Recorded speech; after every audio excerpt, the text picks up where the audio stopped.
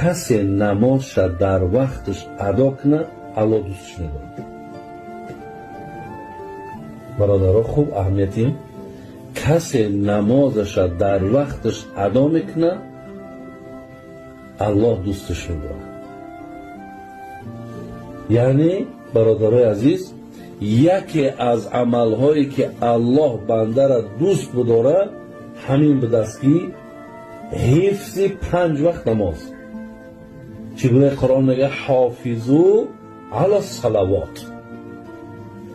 الله گفت که همین عبادتی که نامش نمازه همین را حفظ کنی.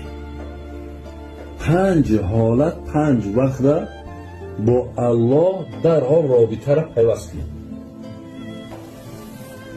همین لحظه هایی که شما به نماز راست